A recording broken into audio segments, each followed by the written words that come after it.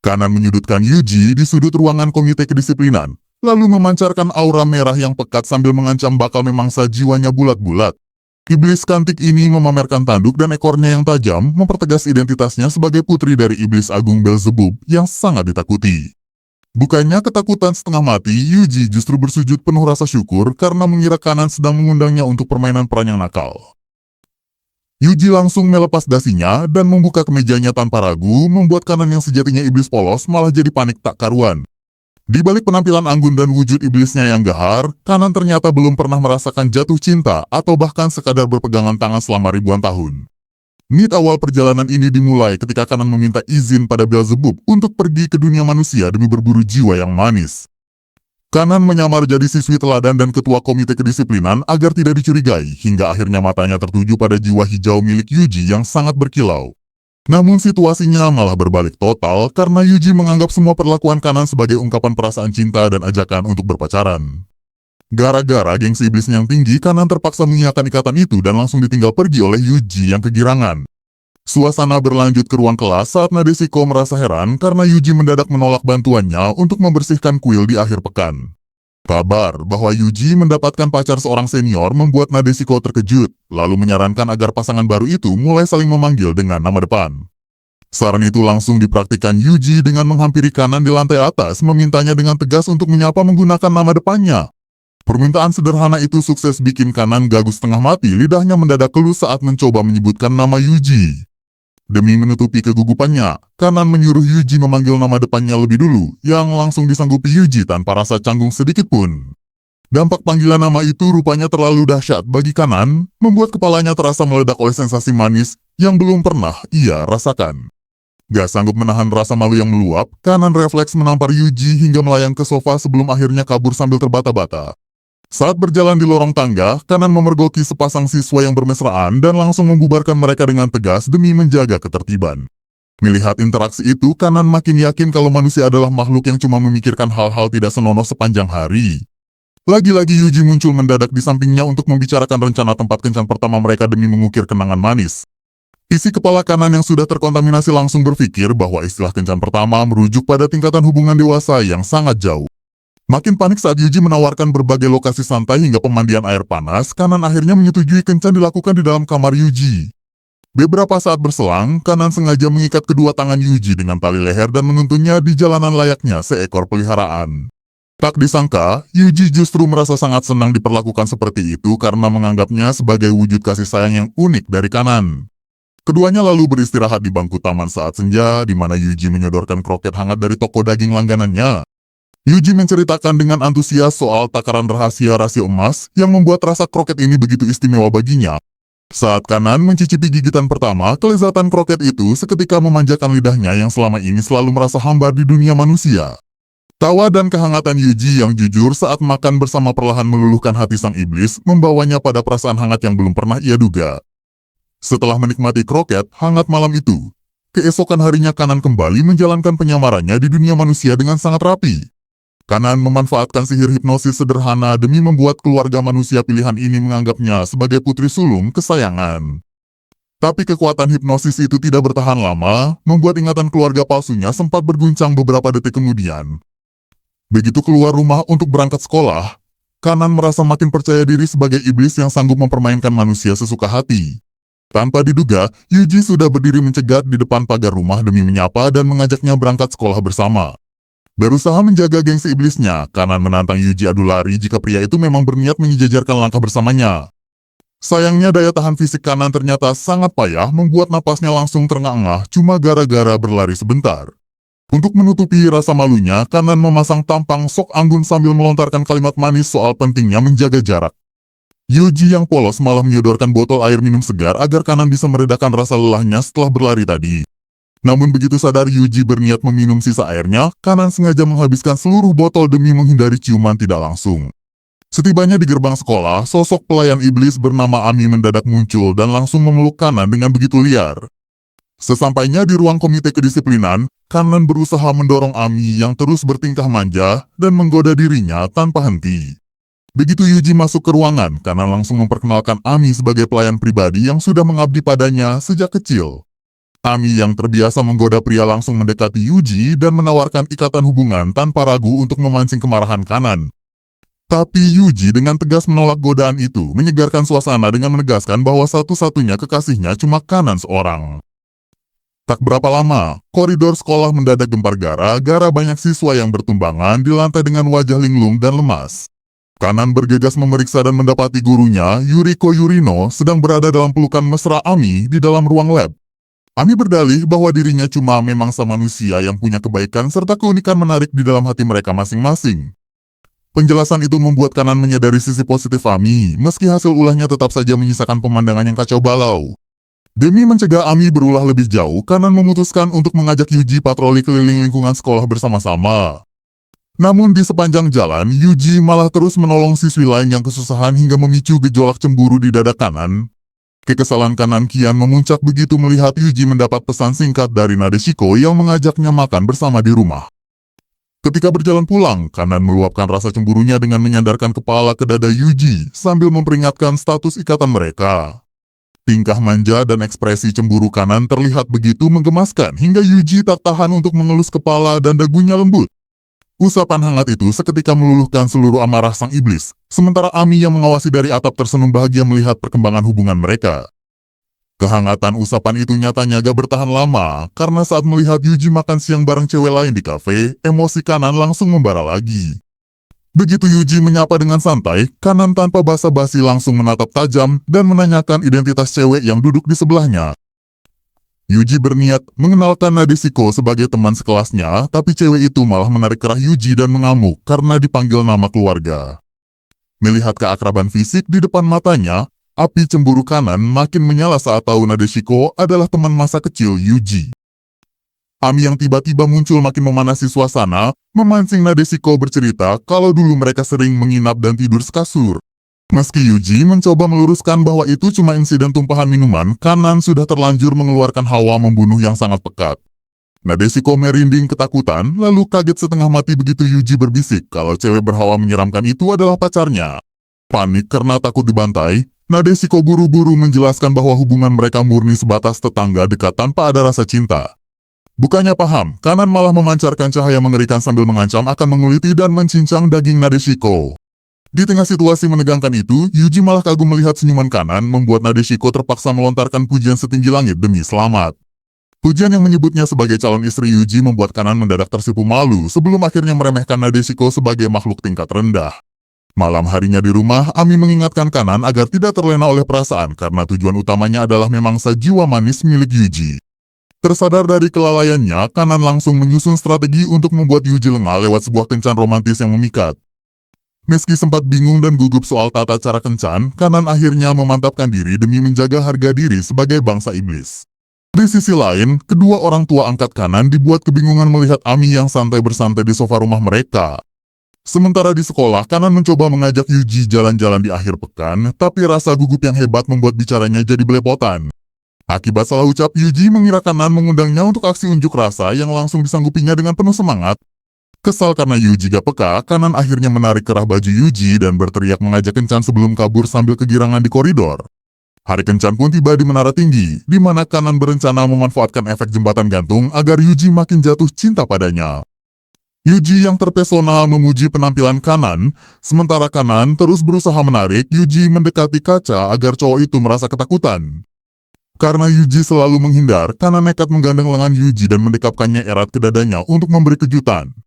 Namun seketika Kanan panik setengah mati begitu sadar kalau dirinya lupa memakai pakaian dalam akibat terlalu tegang saat bersiap-siap.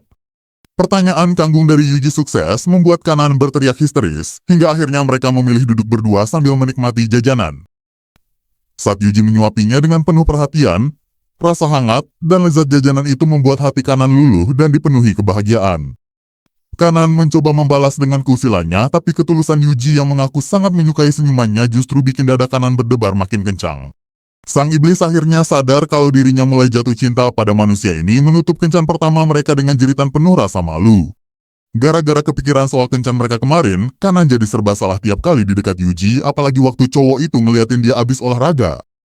Yuji malah mikir kalau Kanan benci sama dia, padahal Kanan cuma lagi panik karena badannya penuh keringat dan takut tercium gak enak.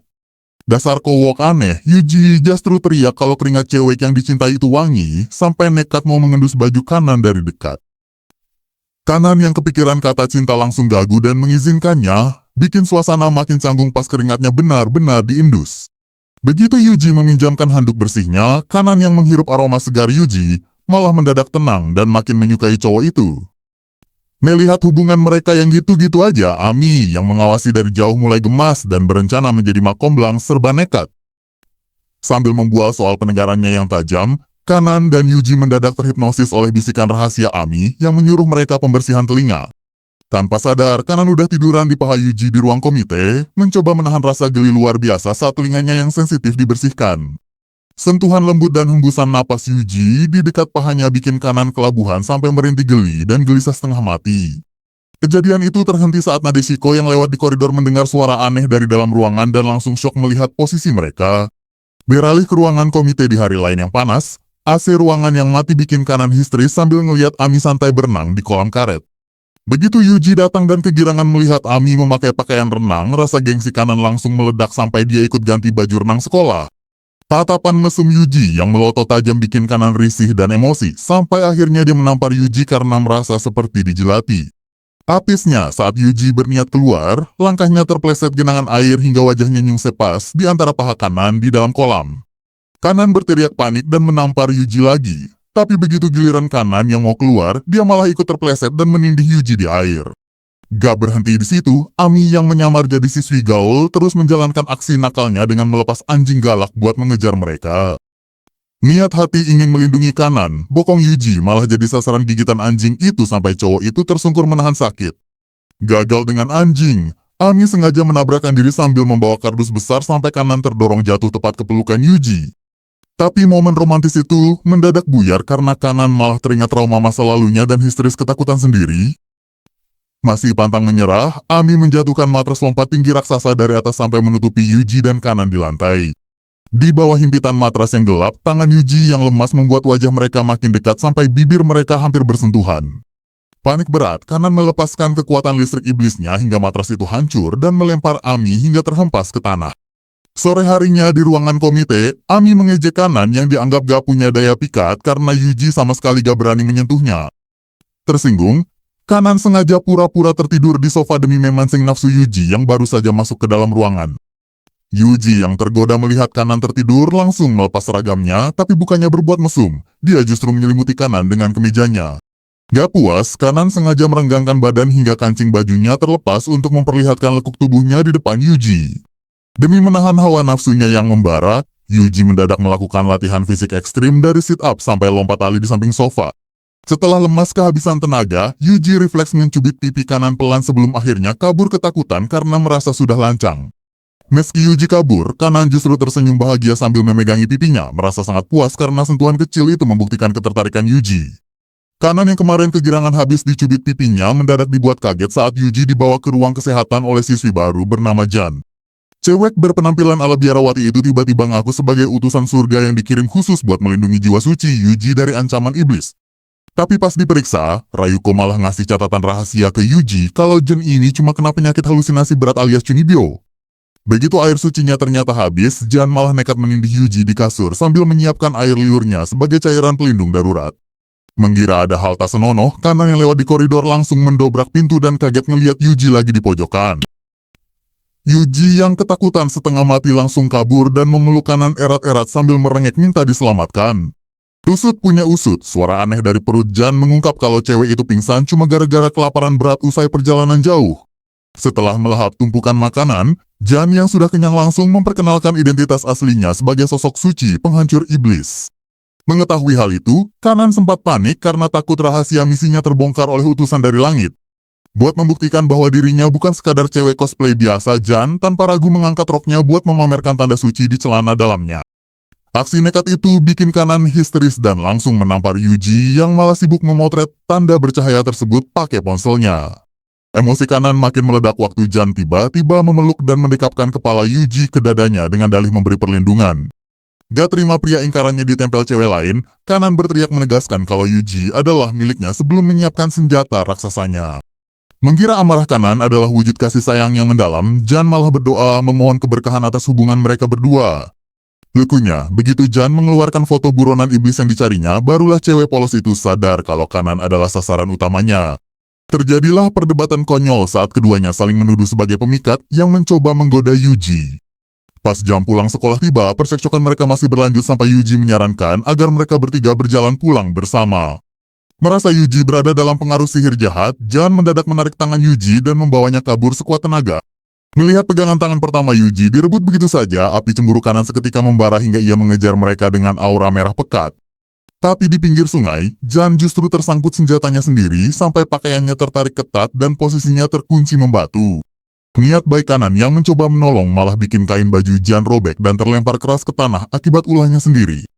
Keesokan harinya, Kanan dan Ami melacak keberadaan Jan yang ternyata membangun tempat penampungan dari kardus bekas di bawah jembatan. Di dalam sana, Jan rupanya membuka layanan pengakuan dosa demi mendapatkan imbalan jajanan murah dari para preman yang mengantre panjang. Karena dianggap menyalahgunakan posisinya, Kanan langsung mengamuk dan menghancurkan pondok kardus itu dengan senjatanya sampai para pria berhamburan. Pasrah rumah kardusnya hancur, Jan menangis meratapi nasibnya yang tak kunjung bisa pulang ke surga yang penuh kenikmatan. Keadaan makin gawat saat Ami menjelaskan arti hubungan romantis secara belak-belakan hingga menunjukkan tayangan khusus yang bikin pemikiran polos Jan seketika hancur lebur. Sementara itu di lingkungan sekolah, Jan yang terguncang cuma bisa melamun seharian di bangku taman usai mengetahui kenyataan orang dewasa. Mengabaikan Jan yang termenung, Kanan memberanikan diri menggenggam jemari Yuji erat-erat saat berjalan pulang, menikmati momen manis mereka berdua. Gara-gara momen manis kemarin, Kanan makin kegirangan sampai nekat berganti pakaian seragam pelaut di ruangan komite kedisiplinan demi menarik perhatian Yuji. Tapi belum sempat menata emosinya, Yuji mendadak masuk ruangan tanpa mengetuk pintu hingga langsung terperanjat melihat penampilan Kanan yang begitu menawan. Rasa malu yang membara bikin Kanan panik setengah mati, apalagi sewaktu Jan bersama cewek lain terdengar sedang berjalan mendekati ruangan tersebut. Tanpa mikir panjang, Kanan langsung menarik tubuh Yuji dan bersembunyi bersama di dalam lemari sempit yang membuat posisi mereka terhimpit sangat dekat. Jan yang masuk ke ruangan sempat mengendus aroma khas Yuji, namun perhatiannya teralih usai menemukan bungkus jajanan manis di lantai lalu pergi. Di dalam kegelapan lemari, Yuji berbisik jujur bahwa dirinya sangat menyukai baju tersebut, memicu degupan jantung Kanan melaju kencang akibat salah paham. Suasana romantis yang hampir berlanjut itu seketika kacau saat getaran ponsel Yuji berbunyi hingga pintu lemari terbuka dan keberadaan mereka ketahuan. Keesokan harinya, Kanan merasa terlalu malu untuk berangkat sekolah sampai memilih menyelimuti dirinya di kasur sambil meratapi insiden kemarin. Namun begitu keluar rumah, Yuji rupanya sudah menunggu di depan gerbang dengan senyuman hangat mengajak Kanan buat membolos bersama. Saat menaiki kereta yang padat, Yuji sigap pasang badan di dekat dinding demi melindungi Kanan agar tidak terimpit oleh penumpang lain. Jarak yang begitu dekat membuat Kanan salah tingkah hingga tawaran Yuji untuk pergi ke suatu tempat langsung diterima tanpa banyak selidik. Ternyata Yuji membawanya ke pesisir pantai, membuat Kanan yang baru pertama kali melihat lautan luas merasa sangat gembira menikmati dinginnya air. Melihat Kanan begitu menikmati momen itu, Yuji mengaku bahwa dirinya sengaja ingin membuat sebuah kenangan istimewa yang tak terlupakan darinya. Mendengar ucapan itu, pikiran Kanan mendadak liar mengira Yuji ingin melanjutkan ciuman yang tertunda saat di dalam lemari kemarin. Bahkan sewaktu Yuji memangku tubuhnya di atas pasir, Kanan sudah bersiap pasrah menerima perlakuan romantis yang ada di angannya. Enggak disangka, Yuji cuma mengeluarkan ponsel buat foto bersama, memicu amarah Kanan hingga gelombang air laut menyapu mereka berdua sampai basah kuyup. Sementara itu di tempat lain, Ami memancing Jen dari atas atap menggunakan pancingan berumpan jajanan gurih demi mengalihkan perhatiannya. Umpan itu terbukti ampuh, membuat Jan yang kelaparan tak mampu menahan godaan lezat hingga menangis bahagia sewaktu melahapnya. Beralih ke Kanan dan Yuji yang pakaiannya basah, mereka memilih berlindung di bilik kafe internet agar Kanan bisa berganti pakaian kering. Demi menjaga kehormatan Kanan, Yuji rela menutup kedua matanya rapat-rapat menggunakan kain merah sesuai janji pria sejati. Namun pendengaran Yuji yang makin tajam saat matanya tertutup membuat imajinasinya liar mendengar tiap gesekan kain saat Kanan berganti pakaian. Gagal menahan rasa penasaran, Yuji mengintip dan kaget melihat bungkusan baju baru yang dibelinya ternyata kostum serba terbuka yang langsung memancing kemarahan Kanan. Di luar bilik, Jan yang diantar Ami justru terpana oleh mesin es krim gratisan di area minuman, menganggap tempat tersebut bagai surga dunia. Jelang senja, Yuji dan Kanan melanjutkan perjalanan mereka ke wahana kincir ria raksasa untuk menikmati pemandangan kota dari ketinggian. Di dalam kabin, Yuji mendadak terbata-bata saat ingin mengungkapkan perasaannya, membuat Kanan panik mengira pria itu bakal meminta hal yang aneh. Ternyata Yuji cuma menjelaskan arti keindahan masa muda, sebuah jawaban jujur yang sukses meluluhkan hati Kanan hingga membuatnya tersenyum manis. Terbawa suasana, Kanan mengaku sangat senang bisa pergi ke berbagai tempat bersama Yuji dan meminta agar pria itu terus memberinya kejutan. Yuji yang kegirangan melompat bahagia sampai kabin bergoyang hebat, membuat Kanan kehilangan keseimbangan dan jatuh tepat ke pangkuan Yuji. Momen intim itu mendadak buyar saat Jan dan Ami muncul di kabin sebelah sambil membawa papan tulisan bernada provokatif yang bikin Kanan malu luar biasa. Meski suasana sempat kacau, Kanan memilih menyandarkan kepalanya ke bahu Yuji saat wahana perlahan turun, menikmati kehangatan masa muda mereka di bawah sinar senja. Gara-gara ujian akhir semester udah di depan mata, Yuji sama Nadeshiko terpaksa bertekuk lutut memohon bantuan ke Kanan di ruang komite kedisiplinan. Awalnya Kanan sempat menolak tegas karena merasa sibuk, tapi sanjungan Nadeshiko yang menyebutnya senior terjenius berhasil bikin harga dirinya melambung tinggi. Ditambah lagi tangisan Yuji yang memelas takut kena kelas remi di musim panas, Kanan langsung berubah wujud jadi guru tegas dengan kacamata merah dan cambuk. Pelajaran pun dimulai. Kanan langsung memarahi Yuji habis-habisan karena kemampuan matematikanya yang sangat hancur bagai organisme sel tunggal. Di sisi lain, Nadeshiko yang berhasil menyelesaikan soalnya justru dipuji dengan sangat lembut oleh Kanan, membuat hatinya merasa tidak puas. Melihat Yuji yang terus dimaki, Nadeshiko sadar kalau dirinya ternyata ingin dimarahi juga, sampai sengaja membuat kesalahan di lembar jawabannya. Tapi Kanan malah tetap bersikap manis dan sabar ke Nadeshiko, bikin cewek itu frustrasi setengah mati karena impian masokisnya tidak terwujud. Suasana makin gila sewaktu Yuji mengamuk karena bingung materi aljabar, yang disambut Nadeshiko dengan jeritan memohon agar ikut dimaki. Aksi aneh kedua adiknya itu bikin Kanan kebingungan dan syok berat melihat selera aneh Nadeshiko yang mendadak bangkit. Malam harinya di rumah Yuji, ibunya menerima telepon misterius dari orang tua Kanan yang salah paham dan mengira Kanan sedang melakukan bisnis terselubung. Kesalahpahaman itu bikin sang ibu menangis histeris mendatangi Kanan yang baru selesai mandi, membuat Kanan cuma bisa tertegun bingung. Beruntung saat pengumuman ujian keluar, Yuji berhasil lulus dan kegirangan karena bisa menikmati liburan musim panas penuhnya bersama Kanan. Bahkan tanpa ragu Yuji meminta izin untuk ikut Kanan pulang ke alam iblis. Sebuah tawaran nekat yang langsung disetujui Kanan demi menjaga gengsinya. Sebelum berangkat, Ami mengajak mereka semua ke pusat perbelanjaan untuk membeli baju renang dan menggelar peragaan busana bersama. Tiba di sana, Nadeshiko kembali beraksi mengejar makian Kanan, sementara Ami tampil memikat dengan pakaian renang putih di atas kulit eksotisnya. Nadeshiko lalu pamer pakaian serba hitam lengkap dengan tali pengekang, disusul Jan yang memakai kostum babi akibat dendam tersembunyi penjaga toko. Giliran Kanan melangkah keluar dengan baju renang biru kotak-kotak yang imut, pujian histeris dari Yuji langsung membuat hati Kanan berbunga-bunga. Tepat jam 3 pagi di stasiun, kereta khusus bernomor 666 tiba untuk membawa mereka semua menuju alam iblis. Namun di tengah perjalanan, krisis tak terduga muncul saat Kanan dan Jan sama-sama menahan rasa ingin buang air kecil yang teramat sangat. Karena gengsi dan takut keduluan Jan, Kanan nekat melompat ke pangkuan Yuji dan menggodanya demi mengalihkan perhatian Jan. Sialnya, Yuji yang tidak peka justru menahan Kanan di kursi sambil menyodorkan kopi panas hasil seduhannya sendiri. Kandungan kafein yang diminum membuat pertahanan kantung kemih mereka diambang batas sampai Kanan pasrah bersiap menerima takdirnya.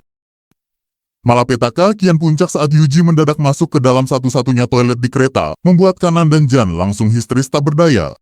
Sementara itu di istana alam iblis, dua adik Kanan tampak tersenyum jahat menantikan kedatangan sang kakak bersama pacar manusianya. Tiba di pelataran istana raksasa alam iblis, Jan yang awalnya mengira diajak liburan ke tempat biasa langsung panik setengah mati begitu sadar tempat ini penuh aura kegelapan.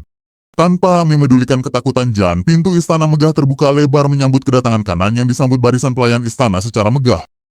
Suasana sambutan mendadak canggung sewaktu Yuji dengan polosnya izin pamit ke kamar mandi, lalu malah tersesat di lorong istana yang sangat luas.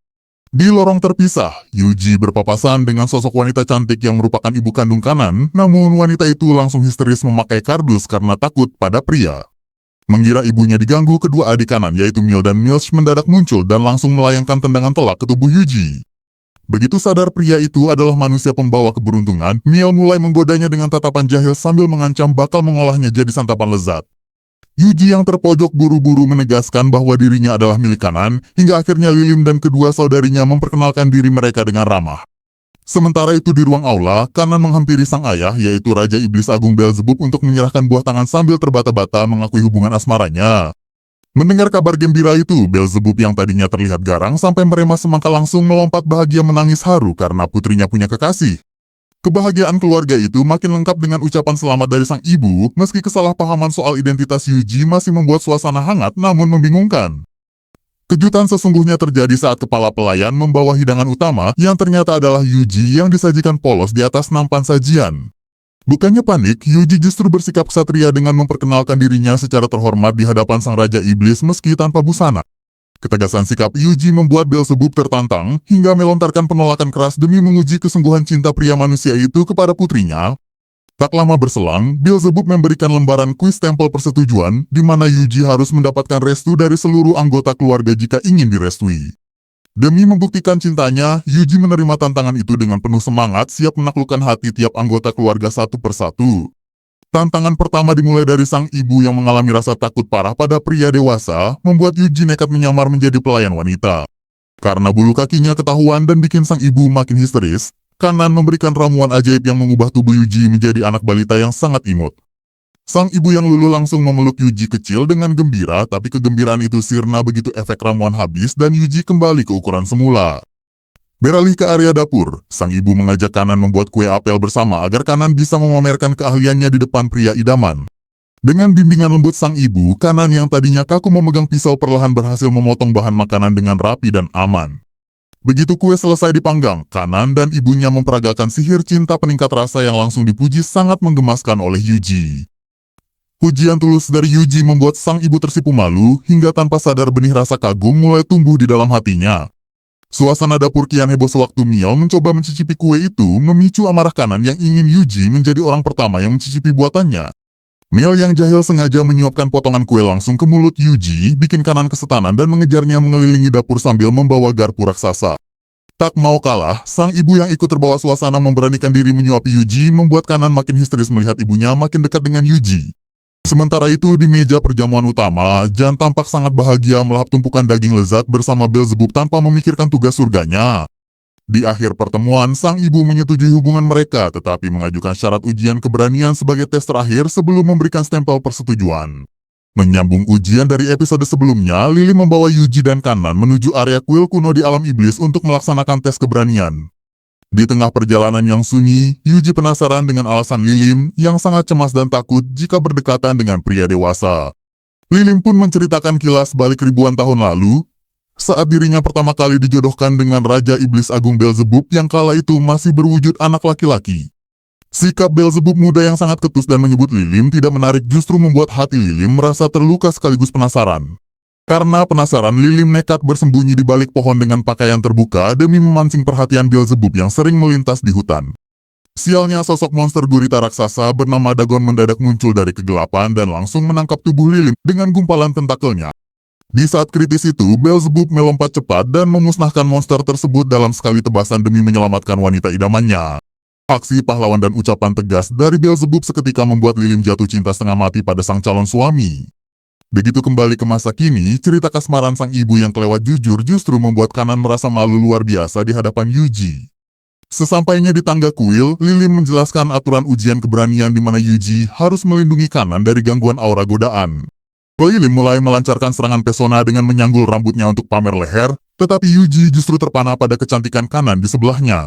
Terpukul karena godaannya diabaikan, Lilim sengaja melonggarkan pakaiannya, tetapi perhatian Yuji malah teralih sepenuhnya pada seekor kucing gemuk di pagar. Kucing itu mendadak berubah jadi monster raksasa dan menyemburkan air hingga membuat baju Lilim basah kuyup dan Yuji pingsan menindih pangkuannya. Sementara itu di dalam hutan, anak dari monster gurita bernama Kodagon muncul melancarkan serangan balasan demi membalaskan dendam sang ayah. Menerjang cepat, Kodagon mengikat Yuji dan Lilim dalam lilitan tentakel yang erat, memicu gelombang cemburu membara dari dada Kanan. Tak terima melihat pria idaman dipeluk sang ibu, Kanan melepaskan ledakan petir iblis yang serta-merta menghanguskan Kodagon hingga gosong. Setelah terbebas, Yuji yang berniat memberikan bajunya yang kering justru membuat Lilim terharu hingga memberikan stempel restu hubungan mereka. Rasa cemburu Kanan meluap sampai ia sengaja memeluk tubuh Yuji erat-erat demi menegaskan kepemilikan di hadapan sang ibu. Beralih ke area pemandian air panas istana, Lilim nekat masuk ke bilik pria untuk membalas kebaikan Yuji dengan memandikan punggungnya. Mengetahui hal itu, Kanan mendobrak dinding kayu pemandian dan mengambil alih tugas memandikan Yuji sebelum akhirnya pingsan akibat rasa malu berlebih. Terbangun di dalam kamar pribadi, Yuji tersenyum tulus menyampaikan rasa bahagianya bisa mengenal seluruh sisi kepribadian Kanan dan keluarganya. Terharu oleh ucapan manis itu, Kanan menyembunyikan rasa malunya dengan menggigit leher Yuji, manja sambil melarangnya bersikap terlalu akrab dengan sang ibu. Keesokan harinya saat sarapan bersama, suasana tenang terusik oleh kedatangan Jan yang tiba-tiba mengumumkan tugas baru untuk membawa Yuji pergi. Zan mendadak muncul dengan aura berkilau dan lingkaran suci di atas kepalanya, membuat suasana makan pagi di teras istana langsung geger. Sambil menunjukkan sebatang sabun mandi, cewek itu menceritakan penderitaannya yang berbulan-bulan kotor di dunia manusia sebelum akhirnya bisa mandi bersih. Niat hati ingin membujuk Yuji kabur, ketahanan iman cewek itu justru runtuh saat mencicipi kue manis berkalori tinggi sampai kancing bajunya terlepas. Suasana gembira itu terhenti seketika oleh kedatangan kepala pelayan rumah Zebul yang menghunus pedang raksasa sambil menuduh Jan mencuri pakaian dalam. Sementara itu, tuduhan pencurian kian memanas saat sang pelayan menegaskan bahwa benda berharga milik Kanan hilang tepat setelah cewek itu keluar dari pemandian. Miel yang duduk santai di pagar pembatas makin memanasi suasana, memicu ingatan cewek itu kalau Miel sempat berada di ruang ganti kemarin. Merasa rahasianya terancam, Miel langsung melarikan diri ke dalam lorong sementara Jan dan sang pelayan berkejaran di belakangnya. Berhasil menyudutkan Miel di koridor, terpaan balik dari keusilan Miel justru membuat cewek itu menerjang tembok hingga kepalanya tersangkut parah. Posisi konyol tubuh tersangkut di dinding itu malah jadi bahan tontonan saat Kanan dan Yuji tiba di lokasi kejadian. Demi membuktikan kebenaran, sang pelayan nekat melucuti celana cewek itu yang ternyata sama sekali tidak memakai pakaian dalam alias polos. Terbebas dari tuduhan, Kanan menyadari pelakunya tidak lain adalah Miel, lalu menyuruh Yuji untuk segera mengejar adiknya itu. Di tengah pencarian di koridor, Yuji berpapasan dengan Miel yang mendadak berteriak histeris hingga memancing emosi para pelayan di ruangan ganti. Dikejar rombongan pelayan bersenjata lengkap, Yuji berlari kencang dan nekat melompat masuk ke dalam perapian demi menyelamatkan diri. Tanpa disangka, celah perapian itu merupakan jalur rahasia yang membawa tubuh Yuji jatuh tepat ke dalam kamar rahasia Miel. Di dalam ruangan tersembunyi itu, Yuji memergoki Miel sedang memegang pakaian dalam Kanan yang dikelilingi barang-barang koleksi kakaknya. Melihat deretan kaos, kipas, hingga patung miniatur Kanan yang tertata rapi, Yuji menyadari bahwa Miel sebenarnya sangat menyayangi kakaknya. Kenangan masa kecil bermunculan, saat Miel kecil sengaja memakai gaun kesayangan Kanan agar diperhatikan dan dikejar oleh sang kakak. Meski Miel berusaha mengelak, pujian tulus dari Yuji terhadap karya buatannya membuat benteng gengsi Miel runtuh sepenuhnya. Merasa dipahami tanpa dihakimi, Miel berlutut memohon agar rahasianya dijaga rapat-rapat dan berjanji akan menuruti permintaan Yuji. Beralih ke ruangan utama, Yuji membawa Miel menemui Kanan untuk mendorong mereka mengungkapkan perasaan jujur yang dipendam selama ini. Sentuhan usapan kepala dan pelukan hangat dari Kanan seketika meluluhkan rasa rindu Miel hingga mereka berdua menangis haru. Namun suasana haru itu tidak bertahan lama karena kebiasaan usil Miel mendadak kambuh dengan membisikkan ejekan ke telinga Kanan. Amarah iblis Kanan pun meledak seketika, mendaratkan hukuman pukulan bertubi-tubi ke bagian belakang tubuh Miel yang menjerit kesakitan. Seusai menerima hukuman tempel kompres es, Miel yang terbaring lemas di tempat tidur rupanya masih saja merencanakan keusilan berikutnya. Sementara itu di lorong istana malam harinya, Yuji yang kembali tersesat sempat berpapasan dengan Milch yang keluar dari kamar tanpa sepatah kata. Pertemuan singkat di lorong malam itu berlanjut ke kebiasaan Milch yang diam-diam asyik menonton tayangan idola favoritnya saat bertugas. Asik menyendiri sambil tersenyum jahil, kebiasaan Milch mendadak buyar waktu kepala pelayan rumah Zebul datang dan langsung meremukkan ponselnya. Di koridor lain, Milch sedang berjalan riang membawa nampan berisi teh dan kue manis menuju kamar sang kakak. Sementara itu di dalam kamar, Kanan dan Yuji lagi sibuk berdiskusi soal lembaran kuis tempel, persetujuan keluarga yang tersisa. Mendengar usulan kencan ke danau, antusiasme Yuji meledak gara-gara membayangkan Kanan memakai pakaian renang hingga cowok itu langsung tersungkur. Kepanikan mendadak terjadi saat Miel mengetuk pintu, memaksa Kanan dengan cepat menyembunyikan Yuji di balik selimut kasurnya. Mengira kakaknya sedang kurang sehat, Miel tanpa ragu ikut masuk ke dalam selimut dan memeluk tubuh yang dikiranya sang kakak. Kecurigaan Miel muncul saat merasakan bagian tubuh keras di bawah selimut, memaksa Kanan melontarkan berbagai alasan konyol. Demi menutupi kebenaran, Kanan menegaskan bahwa ikatan mereka cuma sebatas perjanjian kontrak kerja sama demi mendapatkan jiwa manis. Sialnya, Yuji yang menangis sedih di bawah selimut membuat paha Kanan kebasahan dan membongkar kepura-puraan mereka berdua. Tergagap malu, Kanan buru-buru membual soal gigitan bekas luka di leher sebelum menyuruh Yuji mengajak Miel pergi ke danau. Beda cerita di sudut lorong, Mills yang mendengarkan hal itu mendadak tersulut emosi dan bersiap melancarkan rencana jahat. Dalam penyamaran sebagai idola bertopeng, Mills mengadu ke penonton dan menyetujui saran ekstrim untuk menyingkirkan pengganggu. Menebas brutal menggunakan kapak raksasa, Mills mengejar Yuji di sepanjang lorong istana yang hancur berantakan. Namun begitu Kanan muncul, Mills mendadak berubah manis dan pura-pura siap berangkat, meninggalkan Yuji yang terkapar lemas berbusa. Rombongan pun tiba di kawasan danau pribadi yang membentang indah, di mana pemandangan alam berpadu dengan keberadaan berbagai monster raksasa. Sambil berjalan di dermaga, Mills sibuk mencari petunjuk di forum rahasia demi mendapatkan metode khusus pemikat hati. Di dalam pondok, Mills menawarkan pijatan krim pelindung ke punggung kanan, berniat membuat sang kakak bertekuk lutut menikmati kenikmatan. Gara-gara pijatan intensif di bagian sensitif, Kanan tak sanggup menahan desahan geli sebelum akhirnya merasa tubuhnya bugar kembali. Niat jahat Mills buyar seketika saat Yuji masuk dan memuji tatanan rambut Kanan, memicu kemesraan meluap di depan matanya. Kekacauan bertambah sewaktu Jan mendadak muncul mengendarai wahana pisang, lalu tercebur ke air karena tak sanggup berenang. Melihat Kanan tenggelam, Yuji sigap menceburkan diri dan menggendong sang kekasih ala putri raja keluar dari dalam air. Tak berhenti di situ, Kanan yang lemas memohon untuk dibaringkan di pangkuan Yuji sambil menggenggam jemari sang kekasih erat-erat.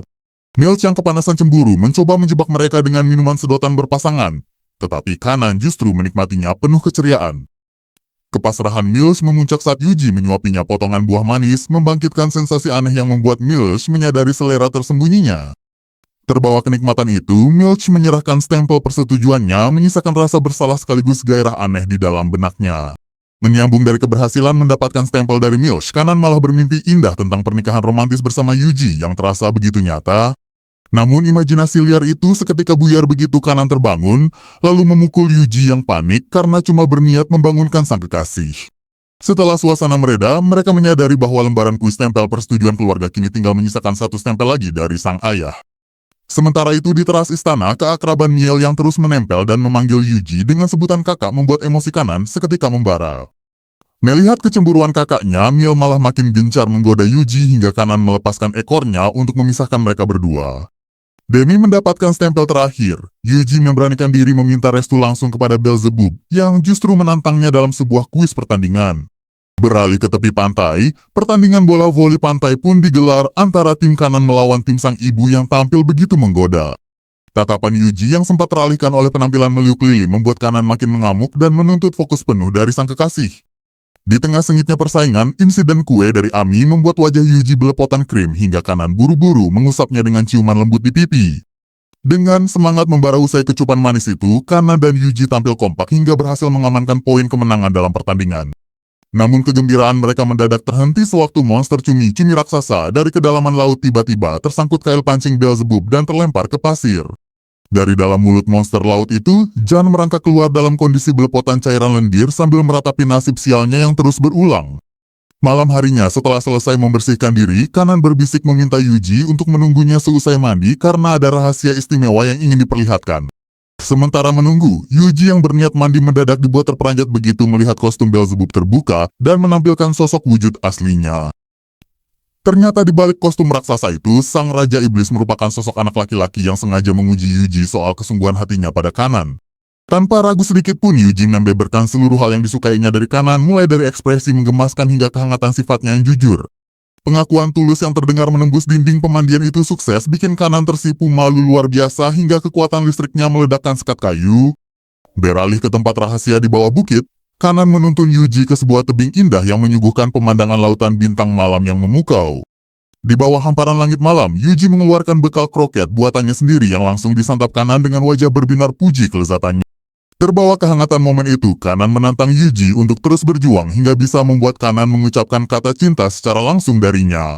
Kehadiran Beelzebub yang memberikan stempel persetujuan terakhir resmi melengkapi lembaran kuis mereka, membuktikan bahwa restu penuh telah berhasil diraih.